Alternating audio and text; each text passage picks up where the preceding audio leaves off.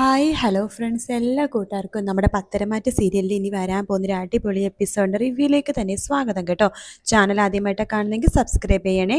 അങ്ങനെ നമ്മൾ ഒട്ടും വിചാരിക്കാത്ത പ്രതീക്ഷിക്കാത്ത നിമിഷങ്ങളിലൂടെയാണ് നമ്മുടെ ഇഷ്ട പരമ്പര പോയിക്കൊണ്ടിരിക്കുന്നത് കേട്ടോ. അങ്ങനെ ജലജയ്ക്ക് രണ്ടല്ല 3 മക്കളുണ്ടെന്നുള്ള മഹാസത്യം നയന തുറന്നു പറയുമ്പോൾ ജലജയ്ക്ക് എന്ത് ചെയ്യണമെന്ന് അറിയില്ല കേട്ടോ. ഈശ്വര, ഇവൾ ഈ സത്യം എങ്ങനെ അറിഞ്ഞു? ഈ കുടുംബത്തിലുള്ള മറ്റാർക്കും പോലും ഈ സത്യം അറിയില്ല.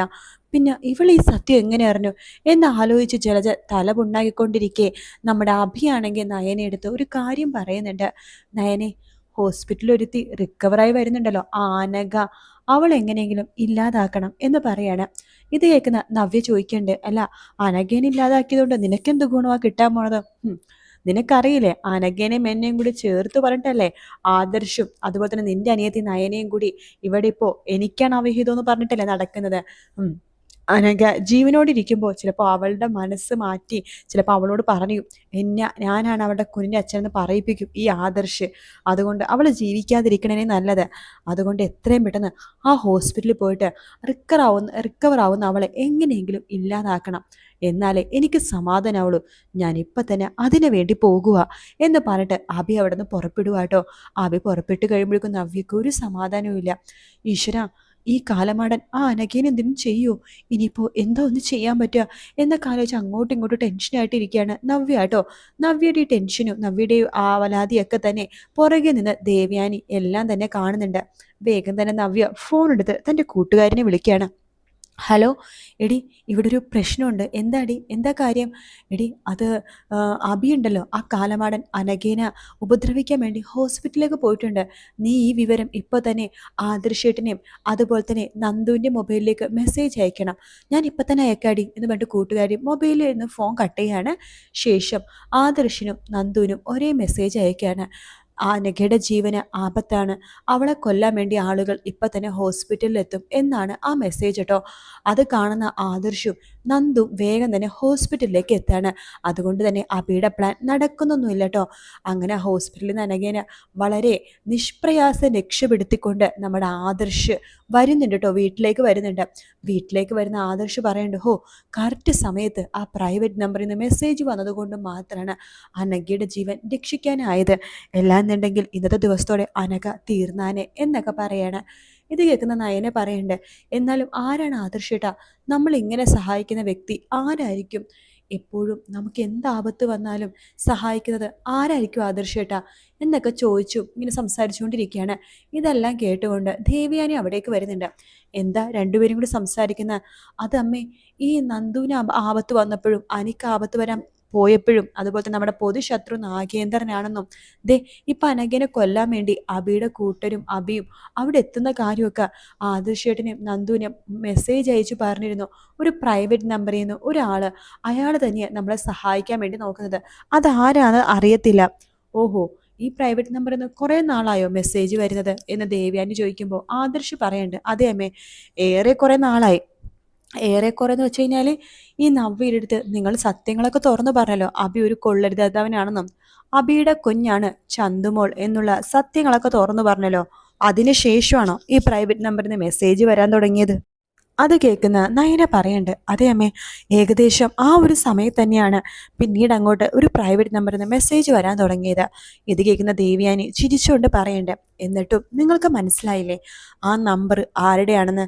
ആ ആദർശേട്ടൻ സേവ്യറിൻ്റെ കയ്യിൽ നമ്പർ കൊടുത്തിട്ടുണ്ട്, അത് ആരുടെയെന്ന് കണ്ടുപിടിക്കാനായിട്ട്. പക്ഷേ നിങ്ങൾക്ക് സേവ്യറിൻ്റെ കയ്യിൽ നമ്പർ ട്രാക്ക് ചെയ്യാൻ കൊടുക്കേണ്ടി വന്നു. പക്ഷേ ഞാൻ കണ്ടുപിടിച്ചു അതാരാണെന്ന്. ആരാന്ന് അമ്മ കണ്ടുപിടിച്ചെന്നോ? ആരാമേത്? നമ്മളെ സഹായിക്കുന്ന ആ വ്യക്തി ആരാണ്? നമുക്കെല്ലാവർക്കും വളരെ നന്നായിട്ട് അറിയാവുന്ന വ്യക്തിയാണ്. ആദർശ് ചോദിക്കണ്ടേ, ഈ കുടുംബത്തിൽ ആരെങ്കിലും ആണോ? പിന്നെ ഈ കുടുംബത്തിലെ ആൾ തന്നെയാണ്, അല്ലെങ്കിൽ ഞാൻ വ്യക്തമായിട്ട് അറിയില്ലല്ലോ. അമ്മേ, അനിയാണോ? അനിയോ? അനിയൊന്നുമല്ല. അപ്പോൾ മുത്തശ്ശനായിരിക്കുമല്ലേ? എനിക്കില്ലെങ്കിൽ മുത്തശ്ശന് സംശയം ഉണ്ടായിരുന്നു എന്ന് നയന പറയാണ്. ദേവയാനി പറയണ്ട്, മുത്തശ്ശനും അല്ല. പിന്നെ പിന്നെ ആരാ അത് എന്നിങ്ങനെ വിചാരിക്കുമ്പോഴേക്കും അത് വേറെ ആരുമല്ല മോളെ, മോളുടെ ചേച്ചി നവ്യയാണ്. അമ്മ എന്തൊക്കെയാ പറയണത്? നവ്യേച്ചിയാണ് നമ്മളെ സഹായിച്ചേന്നോ? അതെ, നവ്യ തന്നെയാണ്. ഞാൻ കഴിഞ്ഞ ദിവസം പറഞ്ഞില്ലായിരുന്നോ അനഘേന ഹോസ്പിറ്റലിൽ പോയി അന്വേഷിക്കാൻ വേണ്ടി നവ്യ ആർത്തോ സംസാരിക്കുന്നതായിട്ട്. ആ സമയത്ത് എനിക്ക് വലിയ സംശയമൊന്നും അവിടെ തോന്നിയില്ല. പക്ഷേ ഇന്ന് അബി അനഘേനെ കൊല്ലണോന്ന് നവ്യടുത്താണ് പറഞ്ഞത്. അത് നവ്യ വേഗം തന്നെ മൊബൈൽ എടുത്ത് കൂട്ടുകാരന് ഫോണിൽ സംസാരിക്കുന്നത് ഞാൻ കേട്ടതാണ്. നവ്യയുടെ കൂട്ടുകാരുടെ മൊബൈലിൽ നിന്നാണ് നിങ്ങൾക്ക് മെസ്സേജ് അയപ്പിക്കുന്നത്. ഓഹോ, അപ്പൊ ഇതെല്ലാം നവ്യാണ് ചെയ്യണല്ലേ? അപ്പൊ അതിനർത്ഥം അവൾ അബീനെ കുറിച്ചുള്ള സത്യങ്ങൾ മനസ്സിലാക്കിയെന്നല്ലേ? അതെ, നിങ്ങൾ അന്ന് പറഞ്ഞ സമയത്ത് തന്നെ അവള് സത്യങ്ങളൊക്കെ മനസ്സിലാക്കി. അബിയുടെ കൂടെ നിന്ന് അബിയുടെ പ്ലാനുകളൊക്കെ മനസ്സിലാക്കി. നിങ്ങളെല്ലാവരും അതിൽ നിന്ന് രക്ഷിക്കുക, അതാണ് നവ്യയുടെ ഇപ്പോഴത്തെ ഉദ്ദേശം എന്ന് പറയണം. ഇത് കേൾക്കുന്ന നയന പറയണ്ടേ, എനിക്കല്ലെങ്കിലും മുമ്പേ തോന്നിയായിരുന്നു നവ്യേച്ചിക്ക് എന്നോട് ഒരു ദേഷ്യമില്ലെന്ന്. ഞാൻ പ്രഗ്നൻ്റ് ആണെന്ന് അറിഞ്ഞപ്പോൾ വീട്ടിലായിരുന്നല്ലോ അന്ന് നവ്യേച്ചി കാണാൻ വന്ന സമയത്ത് ഒരുപാട് വിഷമത്തോടെയൊക്കെയാണ് എന്നോട് സംസാരിച്ചത്. അപ്പോഴേ എനിക്ക് തോന്നിയായിരുന്നു നവ്യേച്ചിയുടെ സ്വഭാവത്തിൽ എന്തൊക്കെയോ ഒരു മാറ്റം പോലെ. ഇത് കേൾക്കുന്ന ആദർശ് പറയണ്ട്, എങ്കിലും പിന്നെ അവൾ എന്താ നമ്മുടെ അടുത്ത് തുറന്ന് സംസാരിക്കാത്തതൊന്നും? നമ്മൾ അവളുടെ കൂടെ നിൽക്കില്ലേ? അത് കേൾക്കുന്ന ദേവയാനി പറയുന്നുണ്ട്, അത് വേറൊന്നുമല്ല, നിങ്ങളുടെ കൂടെ നിന്ന് നിങ്ങളുടെ ഒരാളായിട്ട് സംസാരിച്ചു കഴിഞ്ഞാൽ പിന്നെ അവളോട് അഭി ഒന്നും സത്യങ്ങളൊന്നും തുറന്ന് പറയില്ലല്ലോ. ഇപ്പം അവൾ ശത്രുപക്ഷത്താച്ചിട്ടല്ലേ എല്ലാവരും അവളെ കാണുന്നത്. അതുകൊണ്ടാണ് അവൾ ഇപ്പോൾ അബിയുടെ അമ്മയുടെ കൂടെയൊക്കെ നിൽക്കുന്നത്. പക്ഷേ അവൾ മനസ്സുകൊണ്ട് നിങ്ങളുടെ കൂടെയാണ് എന്ന് പറയുമ്പോൾ നയനക്ക് ഭയങ്കര സന്തോഷമാവാട്ടോ. അങ്ങനെ അനഘേന അതിവിദഗ്ധമായിട്ട് നവ്യ തന്നെ രക്ഷിച്ചെടുക്കുന്ന ഭാഗമാണ് നമ്മൾ നാളത്തെ എപ്പിസോഡിൽ കാണാൻ വേണ്ടി പോണത്. അത് മാത്രമല്ല, ആദർശ് നയനെ ഒരു തീരുമാനത്തിലെത്താണ്. കാരണം അനഘനെ ഇനി ഹോസ്പിറ്റൽ നിർത്തേണ്ട ഒരു കാര്യമില്ല. അനഘയ്ക്ക് ഇപ്പോൾ നടക്കാൻ തുടങ്ങി. അനഘ ഇപ്പോൾ സംസാരിക്കാണ്ട് പതുക്കെ തുടങ്ങുന്നുമുണ്ട്. അതുകൊണ്ട് ഇനി എന്തിനാ അനഘേന ഹോസ്പിറ്റലിൽ എടുത്ത് കഷ്ടപ്പെടുത്തുന്നത്? അനഘേന തറവാട്ടിലേക്ക് കൊണ്ടുവന്നൂടെ എന്ന് നമ്മുടെ ആദർശ് വിചാരിക്കുകയാണ്. ആദർശ് ഇക്കാര്യം മുത്തശ്ശനോട് പറയുമ്പോൾ മുത്തശ്ശൻ പറയുന്നുണ്ട്, ആ കുട്ടിയുടെ ജീവൻ ആപത്താണ്, അതുകൊണ്ട് ആ കുട്ടീനെ ഇവിടെ കൊണ്ടുവന്നത് തന്നെയാണ് നല്ലത് എന്ന് പറയാണ്. അങ്ങനെ അനഘേനയും ചന്തുമോളെയും ആദർശും നയനയും കൂടി നമ്മുടെ തറവാട്ടിലേക്ക് തന്നെ കൊണ്ടുവരുക കേട്ടോ. അപ്പോൾ അഭി മനസ്സിൽ വിചാരിക്കണം എന്താണെന്ന് വെച്ച് കഴിഞ്ഞാൽ, ഹാവോ അവളെ തറവാട്ടിൽ കിട്ടി, ഇനി അവളെ സുഖമായിട്ട് തന്നെ ഇല്ലാതാക്കാലോ എന്നാണ് അബിയുടെ ഉദ്ദേശം. പക്ഷേ അബി അങ്ങ് എന്തൊക്കെ ഉദ്ദേശിച്ചാലും നമ്മുടെ നവ്യ ഉണ്ടല്ലോ, നവ്യ കറക്റ്റായിട്ട് കാര്യങ്ങളൊക്കെ ചെയ്യും. വേറൊന്നുമല്ല, അബിയുടെ എന്തെങ്കിലും ഒരു മോശപ്പെട്ട ഒരു വാക്കോ നോട്ടമോ ഒരു എന്തെങ്കിലും കൊലപാതക ശ്രമമോ ഒന്നും തന്നെ അനഘയുടെ അടുത്ത് ചിലവാക്കാൻ വേണ്ടി നവ്യ സമ്മതിക്കില്ല. നവ്യ അനഘയ്ക്കൊരു പ്രൊട്ടക്ഷൻ പോലെ ആ വീട്ടിൽ കഴിയും. പിന്നെ നവ്യക്ക് ഇപ്പോൾ ചന്തുമോളെ ഭയങ്കര കാര്യമാണല്ലോ, അതുകൊണ്ട് ചന്തുമോളെ നവ്യ തന്നെ ഏറ്റെടുക്കും. എന്തായാലും നല്ല അടിപൊളി ഭാഗങ്ങളാണ് ഇനി അങ്ങോട്ട് വരാൻ വേണ്ടി പോകുന്നത് കേട്ടോ.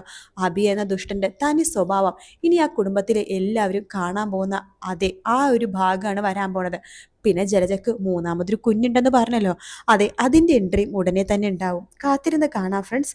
ഈ വീഡിയോ ഇഷ്ടപ്പെടുകയാണെന്നുണ്ടെങ്കിൽ ലൈക്ക് ചെയ്യാനും സബ്സ്ക്രൈബ് ചെയ്യാനും പിന്നെ കമൻറ്റ് ചെയ്യാനും മറക്കല്ലേ. മറ്റൊരു വീഡിയോ ആയിട്ട് കാണാം. Take care, bye bye.